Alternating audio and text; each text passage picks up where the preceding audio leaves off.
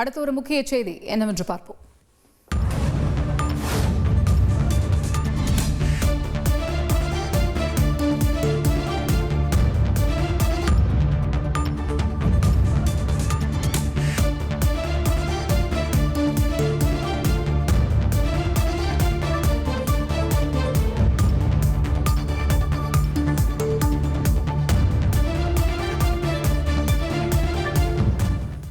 ராணிப்பேட்டை அருகே பாமக நிர்வாகி மர்மமாக உயிரிழந்த விவகாரத்தில் சம்பந்தப்பட்ட இளைஞரை காலில் சுட்டு பிடித்திருக்கிறார்கள் போலீசார். இது பற்றிய முதற்கட்ட தகவல்களை அறிவோம். செய்தியாளர் சதீஷ் இணைகிறார். சதீஷ், இந்த சம்பவத்துடைய முதற்கட்ட தகவல்கள் என்ன?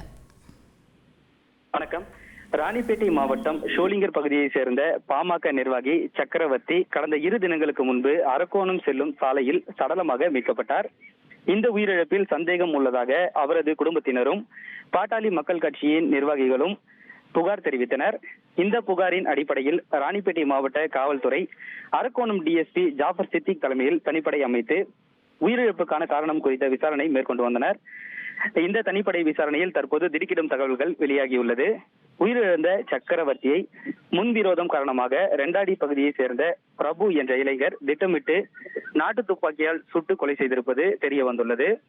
இதனைத் தொடர்ந்து கொலை செய்த இளைஞரை பிடிப்பதற்காக தனிப்படை போலீசார் அவரை தேடி வந்த நிலையில் பெல் பைபாஸ் சாலையில் பதுங்கியிருந்த அவர் போலீசாரை கண்டதும் தப்பியோட முயற்சித்துள்ளார்.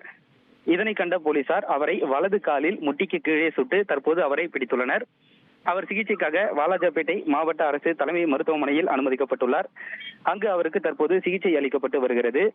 இந்த விவகாரம் ராணிப்பேட்டை மாவட்டத்தில் தற்போது பெரும் பரபரப்பை ஏற்படுத்தியிருக்கிறது. தகவல்களுக்கு நன்றி சதீஷ்.